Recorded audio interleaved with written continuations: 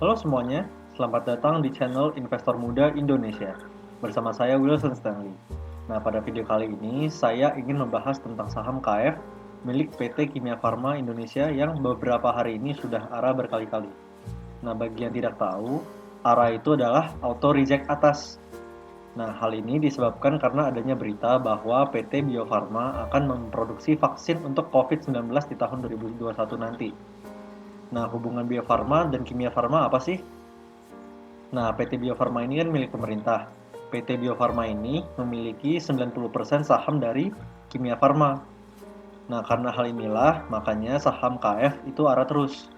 Nah, sekarang saya ingin membahas apakah kinerja Kimia Farma ini sama bagusnya dengan kinerja sahamnya. Nah, bagi yang penasaran, simak terus ya video ini sampai selesai.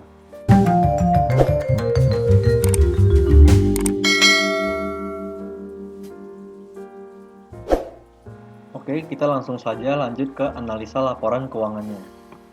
Sebelum itu, kita membahas dulu profil singkat perusahaan PT Kimia Farma. Nah, PT Kimia Farma ini merupakan perusahaan industri farmasi pertama di Indonesia. Didirikan oleh pemerintah Hindia Belanda pada tahun 1817. Lalu, PT Kimia Farma ini melakukan IPO atau penawaran perdana pada tanggal 4 Juli 2001. Nah, PT Kimia Farma ini mempunyai 3 divisi usaha utama, yaitu ada divisi manufaktur, lalu ada divisi distribusi, lalu ada divisi retail, dan divisi yang lain-lainnya. Nilai kapitalisasi pasar PT Kimia Farma sekarang adalah sebesar 14,8 triliun rupiah. Sekarang kita lihat Dewan Komisaris PT Kimia Farma. Nah, sebagai komisaris utama ada Bapak Untung Suseno Sutarjo. Lalu sebagai komisaris ada Bapak Subandi dan Bapak Krisma Aryani Albanjar. Lalu sebagai komisaris independen ada Bapak Wahono Sumaryono dan Bapak Nurrahman. Lalu kita lihat Dewan Direksi PT Kimia Farma ini. Nah, sebagai direktur utama ada Bapak Ferdi Budidarmo. Lalu sebagai direktur keuangan ada Bapak Pardiman. Lalu direktur umum dan human capital ada Bapak Dharma Syahputra. Dan direktur produksi dan supply chain-nya ada Bapak Andi Prazos. Sebagai direktur pengembangan bisnisnya ada Bapak Imam Fathur Rahman. Nah, ini yang tadi saya bilang, PT Bio Farma ini adalah pemegang saham terbesar di PT Kimia Farma. Nah, PT Bio Farma ini memegang saham sebesar 90,025%. Lalu kita sebagai investor publik atau masyarakat hanya memegang saham PT Kimia Farma ini sebesar 9,75%. Jadi, publik ini hanya memegang sedikit sekali saham PT Kimia Farma ini. Lalu sekarang kita bahas ke keuntungan perusahaan. Oke, pertama kita lihat ke dalam penjualan atau omset PT Kimia Farma. Bisa kita lihat dari kuartal 1 2015 sampai kuartal 1 2020, kita bisa lihat penjualannya ini selalu bertumbuh dari tahun ke tahun sebesar 19,2% rata-ratanya. Nah, dan kita lihat di kuartal 1 2020 ini, pertumbuhan omsetnya itu sebesar 32,3%, lebih besar dibandingkan dengan rata-rata tahunannya. Berarti bagus dong penjualannya. Lalu sekarang kita lihat ke dalam gross profit dari PT Kimia Farma. Kita bisa lihat juga dari kuartal 1 2015 sampai kuartal 1 2020, gross profit dari PT Kimia Farma ini selalu bertumbuh juga dari tahun ke tahun dengan rata-rata sebesar 24,3%. Nah, kita lihat juga di kuartal 1 2020 ini, pertumbuhan gross profitnya itu sebesar 37,1%. Lebih besar dari rata-rata tahunannya juga. Jadi gross profit ini juga bagus. Sekarang kita lihat ke dalam operating profitnya. Nah, bisa kita lihat operating profit dari kuartal 1 2015 sampai kuartal 1 2017 ini itu turun terus. Nah, dari yang 2016 itu minus 4,2%, lalu 2017 itu minus 8,8%. Baru dari kuartal 1 2018 sampai kuartal 1 2020 ini, operating profit PT Kimia Farma ini meningkat. Nah, peningkatan ini sebesar 47,7% di kuartal 1 2020 ini, lebih besar daripada rata-rata tahunannya. Berarti selama 3 tahun ini, profit dari Kimia Farma ini sudah meningkat. Tapi kita lihat nih di net profit PT Kimia Farma ini. Bisa kita lihat dari kuartal 1 2015 sampai kuartal 1 2020 ini, net profit PT Kimia Farma ini selalu menurun dari tahun ke tahun. Positifnya itu cuman di tahun kuartal 1 2018 dan kuartal 1 2020. Nah, dan pertumbuhan kuartal 1 2020 ini hanya sebesar 7,7%. Itu pertumbuhannya itu kecil sekali. Hal ini karena apa? Hal ini kita bisa lihat setelah laba usaha atau operating profit itu, beban keuangan yang dimiliki oleh PT Kimia Farma itu sangat besar, sebesar 144 miliar rupiah. Nah, hal inilah yang membuat net profit dari PT Kimia Farma ini turun jauh. Nah, kita lihat dulu beban keuangan yang dimiliki oleh PT Kimia Farma ini apa aja sih? Nah, beban keuangan yang dimiliki oleh PT Kimia Farma ini adalah berupa beban bunga dan provisi bank dan beban bunga pembiayaan konsumen. Di tahun 2020 dan 2019 ini besar sekali, sebesar 144 triliun dan 81 triliun rupiah. Nah, hal inilah yang membuat net profit dari PT Kimia Farma ini turun jauh. Oke, sekarang kita bahas kontribusi per divisinya. Nah, dari kontribusi per divisinya tadi saya sudah bilang PT Kimia Farma ini mempunyai 3 divisi utama, yaitu divisi manufaktur, distribusi, dan retail. Bisa kita lihat di sini segmen retail ini mempunyai kontribusi terbesar, lalu manufaktur dan distribusi ini mempunyai kontribusi yang hampir-hampir sama. Lalu kita lihat ke dalam pendapatan per divisinya. Di segmen manufaktur bisa kita lihat dari kuartal 1 2015 sampai kuartal 1 2020, penjualan dari segmen manufaktur ini selalu bertumbuh dari tahun ke tahun, dan pertumbuhan di kuartal 1 2020 ini adalah sebesar 54,4% per tahunnya. Nah, pertumbuhan ini itu di atas rata-rata tahunnya sebesar 29,6%. Lalu sekarang kita lihat ke divisi distribusinya. Kita juga bisa lihat di sini dari kuartal 1 2015 sampai kuartal 1 2020, divisi distribusi ini mempunyai pertumbuhan penjualan dari tahun ke tahun. Nah, pertumbuhan di kuartal 1 2020 ini adalah sebesar 27,7%, di atas rata-rata tahunannya juga dari 20,5%. Lalu kita lihat juga dari divisi distribusi. Nah, kita bisa lihat di sini pertumbuhan dari divisi distribusi ini juga bertumbuh terus dari tahun ke tahun, dan pertumbuhan di kuartal 1 2020 ini itu sebesar 28,7%, di atas rata-rata tahun-tahun sebelumnya, yaitu 18,8%. Dan dari divisi lain-lain kita juga bisa lihat terus bertumbuh terus dari kuartal 1 2015 sampai kuartal 1 2020. Nah, tapi di divisi lain-lain ini kita bisa lihat terjadi perlambatan pertumbuhan. Nah, pertumbuhan di kuartal 1 2020 ini hanya sebesar 8,3%, lebih kecil dibandingkan dengan rata-rata tahunannya, yaitu 23,0%. Oke, sekarang kita lihat ke profitability margin keseluruhan. Bisa kita lihat di sini gross profit marginnya ini sudah stabil di atas 30% dari tahun ke tahun. Artinya, perusahaan ini itu manajemennya itu sudah cukup stabil. Kita juga bisa lihat di sini operating profit marginnya itu stabil di atas 5% rata-ratanya. Nah, hal ini juga menunjukkan manajemen PT Kimia Farma ini sudah stabil. Tapi kita lihat di sini net profit marginnya itu turun jauh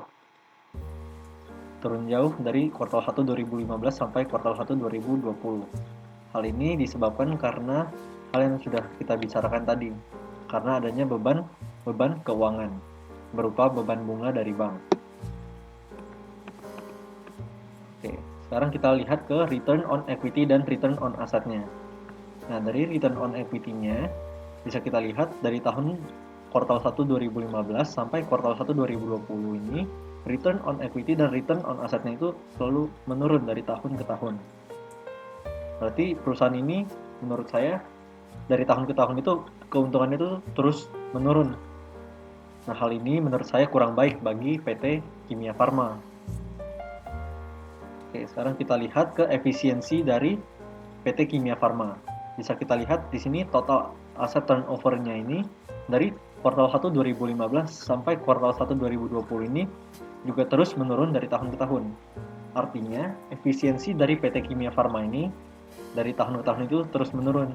Jadi bukan makin bagus, bukan makin efisien perusahaan ini, tapi malah tambah kurang efisien perusahaan ini. Jadi menurut saya ini kurang bagus bagi PT Kimia Farma. Oke, sekarang kita lihat ke dalam kesehatan perusahaannya. Sekarang kita lihat ke dalam laporan posisi keuangan. Bisa kita lihat di sini total asetnya dari kuartal 1 2015 sampai kuartal 1 2020 ini terus meningkat dari tahun ke tahun sebesar dengan rata-rata 44,8% per tahunnya.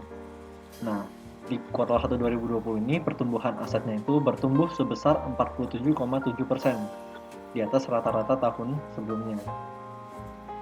Jadi, sekarang kita lihat ke dalam total utang yang dimiliki oleh PT Kimia Farma. Nah, total utang ini bisa kita lihat dari tahun ke tahun itu utangnya itu bertambah terus. Dan di 2 tahun terakhir ini utangnya juga bertambahnya sangat pesat sekali. Pertumbuhannya di tahun ini di kuartal 1 2019 itu pertumbuhannya sebesar 130,0%. Nah, dan di tahun 2020 ini kuartal 1 ini pertumbuhannya sebesar 14,3%. Nah, jadi bisa kita lihat pertumbuhan aset yang pesat ini itu dikarenakan adanya pertambahan utang yang dilakukan oleh PT Kimia Farma. Nah, jika asetnya bertambah karena utang, menurut saya hal ini kurang bagus bagi perusahaan.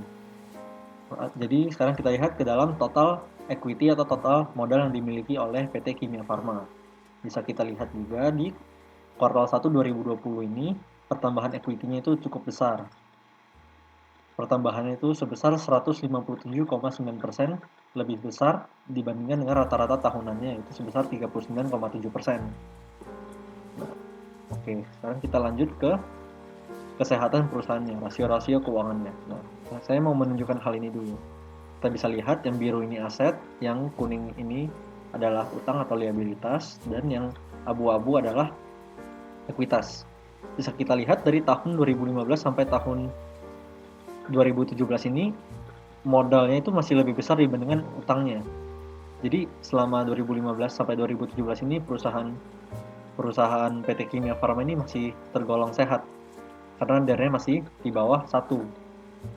Nah, tapi sejak tahun 2018 sampai tahun 2020 ini liabilitas perusahaan PT Kimia Farma ini sudah meningkat lebih jauh dibandingkan dengan ekuitasnya. Hal ini membuat debt to equity ratio-nya itu menjadi lebih dari 1. Nah, hal ini bisa berbahaya bagi perusahaan jika perusahaan ini tidak mendapatkan keuntungan, bagaimana dia bisa membayar utang-utangnya itu. Jadi, perusahaan ini terpaksa harus selalu menguntungkan supaya perusahaan ini bisa bayar utang terus. Nah, jadi ada bahayanya juga kalau utang kayak gini itu banyak.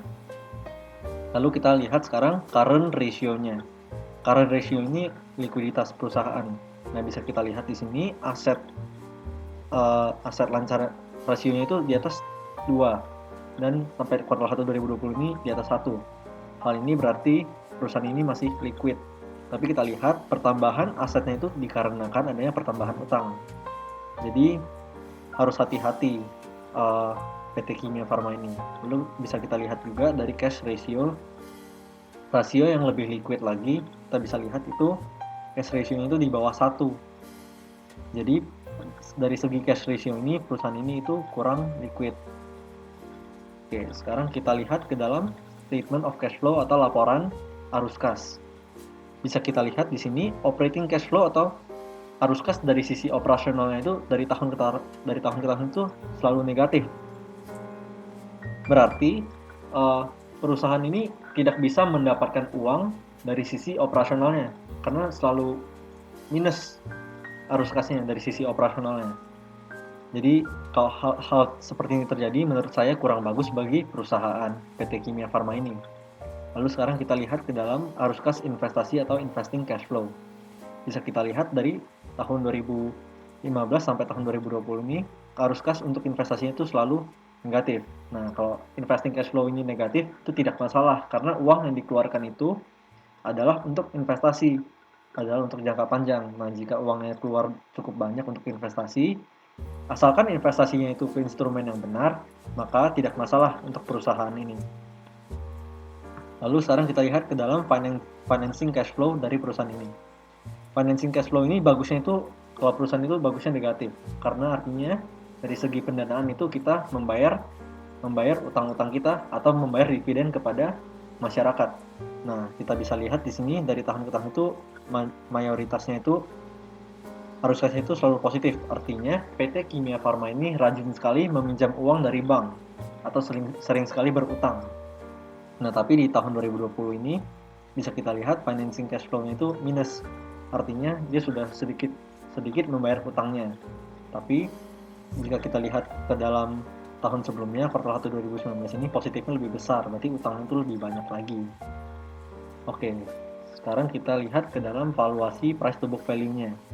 Nah, dengan harga terakhir hari ini tanggal 23 Juli dengan harga 2.670, maka PBV sekarang adalah 2,15 dan rata-rata PBV 5 tahunannya itu adalah sebesar 4,59. Dengan bisa kita lihat di sini, maka dengan PBV 2,15 ini, maka margin of safety dari PT Kimia Farma atau saham KF ini adalah sebesar 53,2% dan memiliki upside potensial sebesar 113,5%. Oke, sekarang kita lanjut ke kesimpulannya. Dari sisi keuntungan perusahaan, pertumbuhan keuntungan perusahaan ini terus-menerus menurun dari tahun ke tahun. Hal ini dikarenakan adanya beban bunga yang besar yang harus dibayarkan oleh perusahaan. Nah, karena itu beban bunga ini pasti terjadi karena adanya penambahan utang yang dilakukan oleh PT Kimia Farma. Nah, karena itu menurut saya PT Kimia Farma ini kurang bagus. Oke, sekarang kita bahas dari sisi kesehatan perusahaan. PT Kimia Farma ini mempunyai utang yang lebih besar dibandingkan dengan modal yang dimiliki.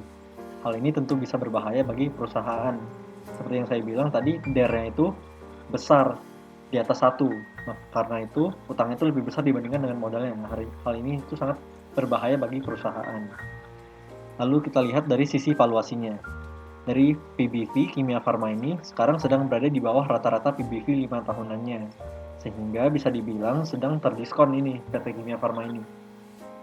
Kok bisa terdiskon sih? Ya, hal ini wajar. Karena kinerja Kimia Farma ini juga sedang menurun dari tahun ke tahun. Bisa kita lihat dari net profit-nya. Net profit itu terus menurun dengan sangat signifikan.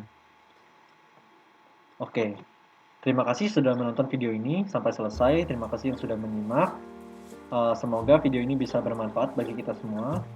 Jika Anda memiliki pendapat lain, bisa tolong tulis di kolom komen di bawah sehingga kita bisa diskusi bareng.